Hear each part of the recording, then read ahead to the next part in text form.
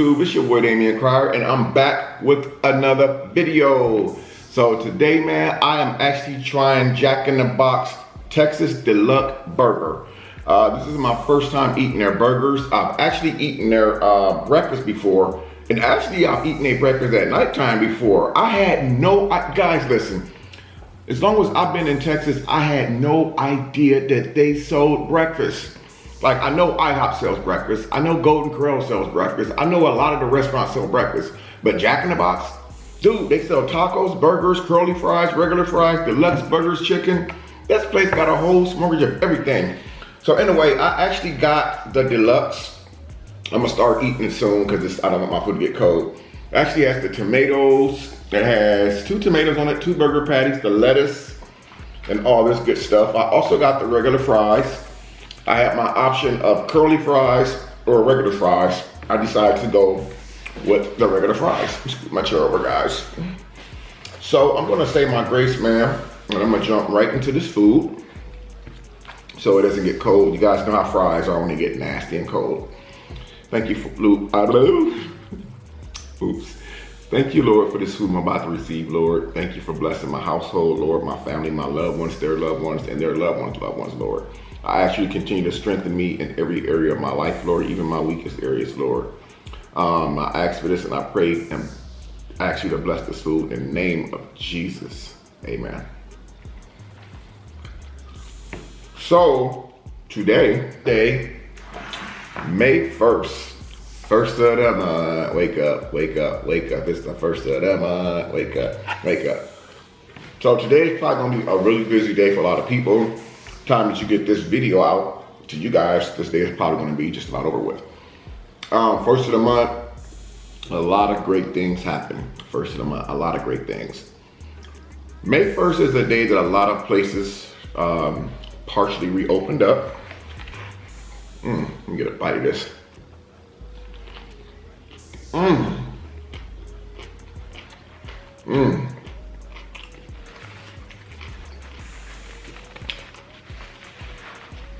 Oh yeah. Oh yeah. Oh yeah. Oh yeah. A lot of stuff just partially opened up today in Houston. I mean, a lot of places. And not only did a lot of places partially open up, bro, it is beautiful outside. I'm telling you guys, you know what? I can show you guys better than I can tell you. What's the temperature today in Houston? We'll just put, temperature's not working. I'm trying to see what the temperature is here. Oh my God. Look at this, guys. Hope you guys can see that. Let me angle it to the side a little bit. I'm gonna angle it like that so you guys can see it. It's 84 degrees here today. 84 degrees today here in Texas. When I say summer is right there on the edge, it's right there on the edge. So everybody's out and about. When I went to Jack in the Box to get me some lunch today, I noticed it was so many stores open. Stores has been closed for literally 2 months, man. But aside to that, I hate eating cold fries. Oh, by the way, I got a Coca-Cola to wash this down with. I'm always asking for a Pepsi. Some have Pepsi, but don't have Coke. Some have Coke, but don't have Pepsi. So, aside to that, remember what I told you guys about 5 or 6 videos ago? I said, the stimulus stuff is not going to last, man. These people is not stupid. The government is not gonna just give that money away for 6 months. It cannot and will not happen.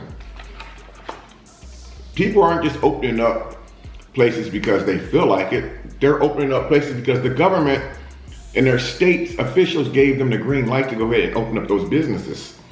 You know, it's the reason for that, to get people back to work, were the ones who were lucky enough and fortunate enough to still keep their job and was able to continue working from home, you know, at their current job.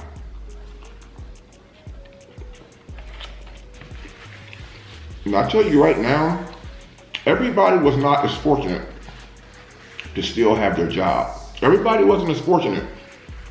I personally know people who's actually lost their jobs, man, due to this epidemic. And now I'm really hoping that some of those people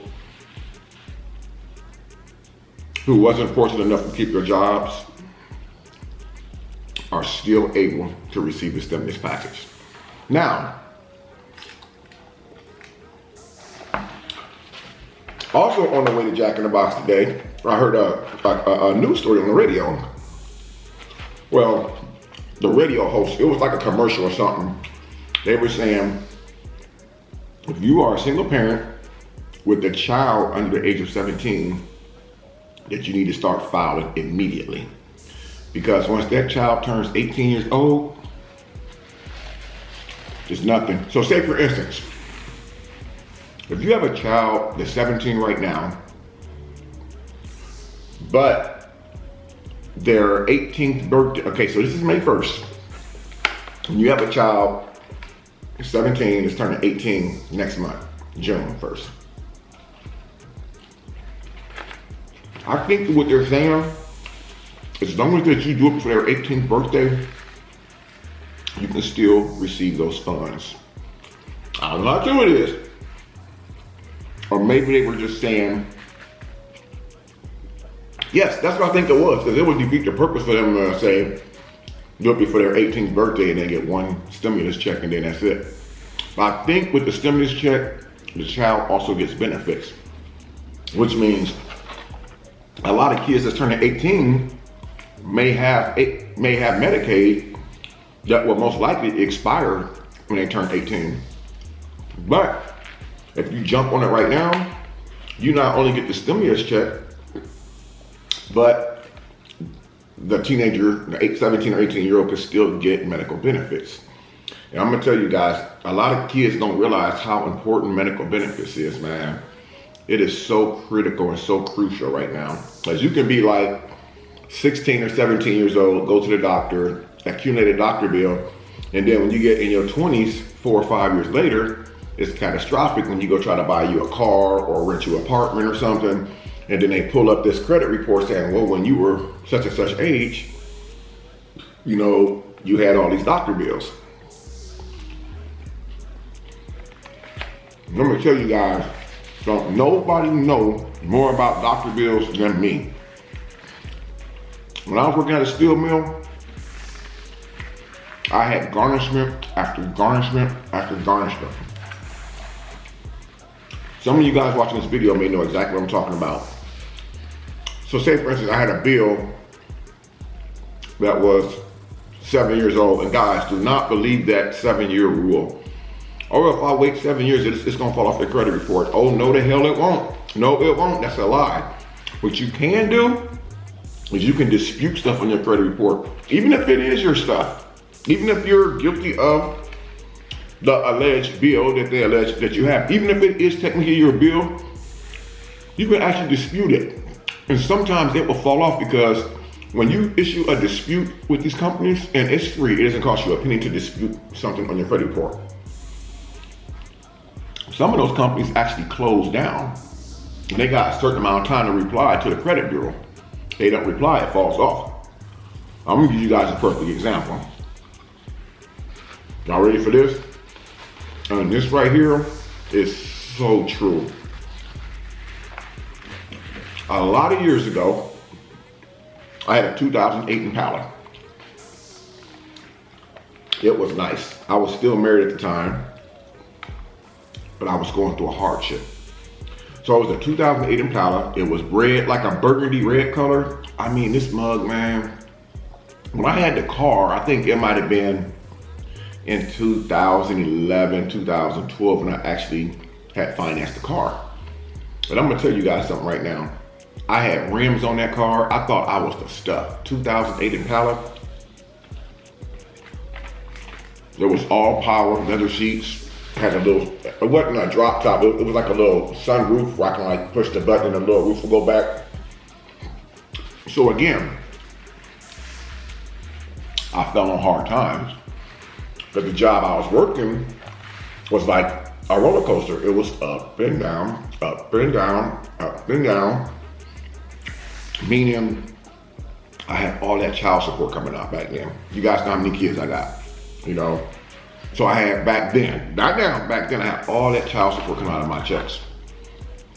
And I was like, damn. So one day, the car didn't get repossessed from me.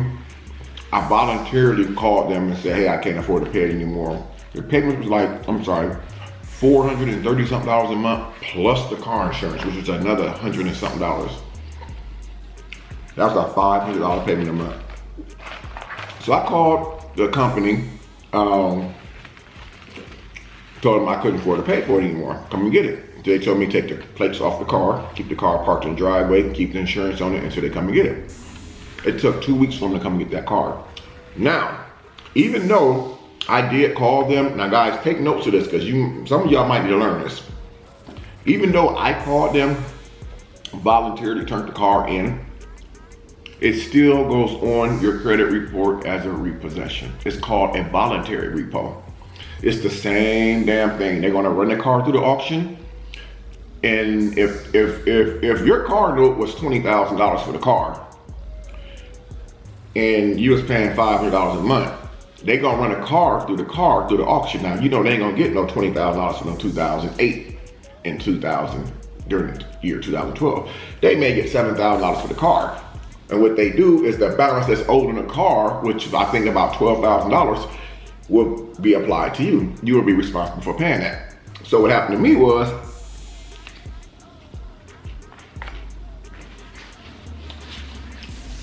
they came and got the car out the driveway almost 2 weeks later. I never forget, I woke up one morning, I'm like, fuck this, I'm gonna drive this damn car. I'm putting the plates back on, I'm gonna drive it. Lo and behold, I went outside, the car was going out the driveway.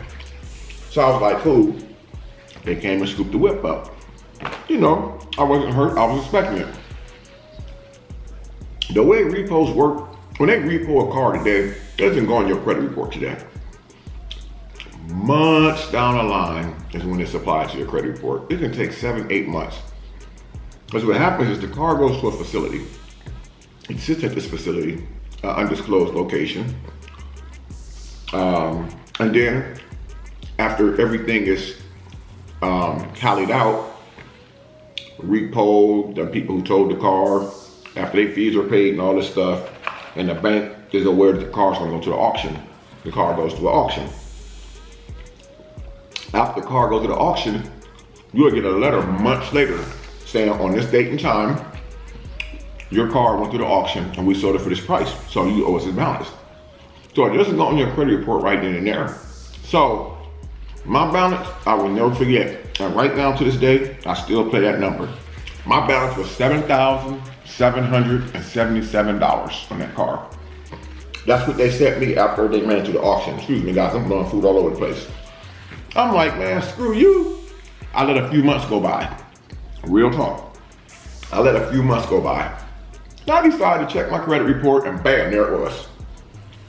So if they repossess your car, run out and get another one immediately before it hits your credit report, because it's not on your credit report yet. It's just like getting evicted from an apartment. You guys don't understand, because you get evicted from an apartment, and I'm not trying to tell you how to scam or nothing like that. I'm trying to teach you guys I'm trying to put y'all up on game the way that life is. You lose an apartment today and you get evicted, you can go get another apartment immediately because it's not on your credit report yet. It's not actually there. So basically, rewinding back to what I was saying about the car. $7,777 is what I owed on the car. A few months went past, I kept seeing it on my credit report, and it was hurting me, man. It was hurting me bad because I had already had bills on there from when I got shot 6 times back in the 90s, and yes, those bills were still on there. That's why I say that stuff does not disappear, man. They will come after you years, 20 years later. It doesn't matter. They're coming for you unless you file bankruptcy. So one day I was at work. When I was a steel mill supervisor, I had a sit-down job. So I was sitting there playing on my phone, messing with little stuff. So I went online. It's called Credit Karma. I pulled up my credit report, I started looking at stuff, and I seen it. It was with all 3 other major credit bureaus, saying that I owed that huge balance on that vehicle, $7,777. So I started messing with it, scrolling through stuff, and there was a tab on it called dispute. I'm like, what? So I hit the dispute button. I'm thinking I'm not gonna get in trouble for it. Dude, make a long story short, I went through the process on my phone and disputed that $7,777. There was a couple other things on there too. I think there was like an $1,800 hospital bill. There was like some different miscellaneous stuff on there. I disputed. But that day I disputed like 5 or 6 things, man. So every day I'm checking my phone, checking the Credit Karma thing to see if that has been removed or what they say. It wasn't a quick process. I guess disputing is not something that happened overnight or within days. It took like 2 months. 2 months, I get an email. Because I just forgot, I had checked it every day so much, I'm like, it ain't gonna work for me. They ain't gonna take it off my credit report. So I just forgot about it. A couple months later, I'm at home, boom, I get an email. Check your credit report, good news. I'm like, what the hell? The car was gone. The other 5 little miscellaneous bills remained. But the $7,777 was gone. I'm thinking to myself, it must be a mistake. So I checked all of my credit reports. I think it's Equifax, Experian. There's another one I can't remember, guys. Comment down below if you remember what the third one is. I checked it and I'm like, damn, it's really gone. So I waited, another couple weeks go by, man. I get a letter in the mail. Guess what happened? The bank that carried the loan, basically, when you go to a dealership and you fill out the application, they send your application to all these, like maybe 5 or 6 different banks. They guarantee that you're gonna get approved by at least one of them gonna take a chance with you. I get a letter, the freaking bank who carried my loan had closed. It had closed. What's the chances of that? On my credit report, it said balance owed $0.00. Man, I was freaking out, man. So don't ever be lost in thinking that just because something's on your credit report that you cannot dispute it and get it off there. All you have to do is take time. That's it, man. Take time, do research. Hell, my credit is really not that bad right now, but it's not all that great either. And I'm not ashamed to come on social media and say that I don't have great credit. I mean, it's good enough. I got a brand new car sitting in the garage. I got a house. So it's not too bad. And I'm able to maintain a credit card if I want one, but I do not want one ever. But I'm saying, man, so I didn't mean to jump off topic and jump into that credit card stuff, man, but it's just like some food for thought, because if you don't tell people stuff, people won't know it. There's people watching this video that's probably like, wait a minute now, I can do this. If you tell people stuff, then they may learn it. But anyway, back to the quarantine thing, man. It looks like that man has put an expiration date on it. And even though that there's no confirmed date that we're done with this stuff, they're showing signs. You don't hear about the death tolls being too high. You don't hear about all these people in the hospital emergency rooms. Now, just because you don't hear about it doesn't mean that it does not exist. It still exists. It's just probably not on the level that it was before. The stores is opening up, man. Maintain your distancing, man. That 6 feet, whatever it is, social distancing, maintain it, because at the end of the day, you need to go home safe to your family. Don't have yourself exposed. I'm guilty of it too. I went to the gas station today and I went to pull on the door. Now, I know the damn gas station is open because I see people inside the gas station standing in line. I'm pulling on the door like, what the hell is going on here? I realized on the door right there, it says, it doesn't say, but there's like a symbol saying must have face gear on, face protection on to enter the service station. So I just went back to the car, put it on. And before I get back to the door, I can hear the buzzer going off. They had already buzzed me in. So I'm guilty of it too, man. So that's something that I need to continue practicing myself. You know what they say, practice what you preach, man. So that's something that I definitely have to work on, because I'm definitely guilty of not protecting myself every time I leave this house. And all it takes is one time to get it, man. especially at my age, even at some of you guys' age, you know, because the stuff does not discriminate. So just because that they lifting the band a little bit, kind of letting up off it a little bit, does not mean that it does not exist, because it very well exists. It's right there, guys. It's one of those diseases, poisons that we cannot see. It's like gas. It's invisible. You got some gas that you can smell. You got some gas that you can't smell. It's invisible, you know. So all I'm saying is just protect yourself and be careful out there, man. Now, as far as the stimulus check, you guys sitting at home, getting comfortable, thinking that y'all can get all that money every month for the next 6 months, guys, I'm here to tell you right now, and you can quote me in this video 6 months from now, they're not gonna do that, man. The economy is in bad shape right now because of this.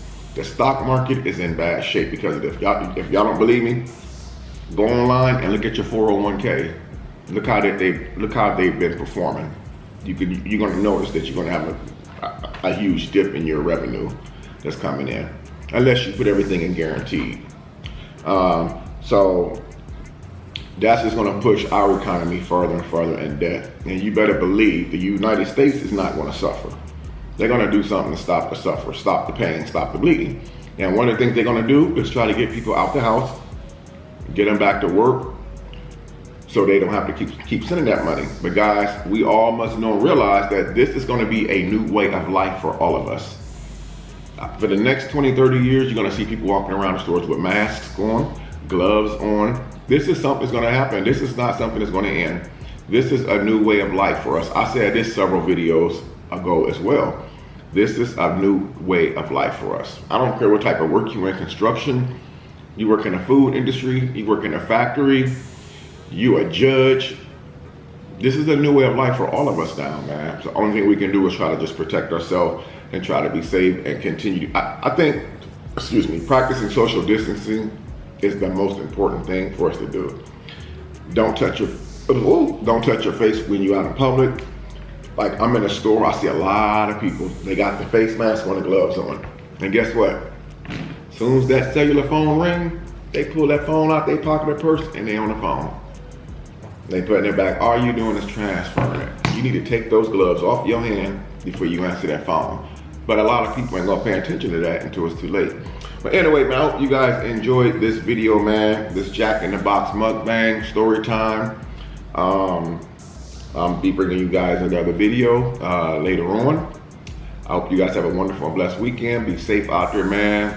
At the end of the day, man, practice safety, bro. You know, you don't have to be quarantined to practice safety. But anyway, don't forget, guys, don't follow me on all social media. All of my social media links is in the description box down below. Also, guys, you know what? I almost forgot my shout out for the day. So I had post notification shout out today, and that post notification shout out is going to Marvila Day. Marvila Day, you are today's post notification shout out. Congratulations, gang, gang, gang. Until next time, I'm Damian Cryer. I love each and every one of y'all. I'll see you on the next video. Peace.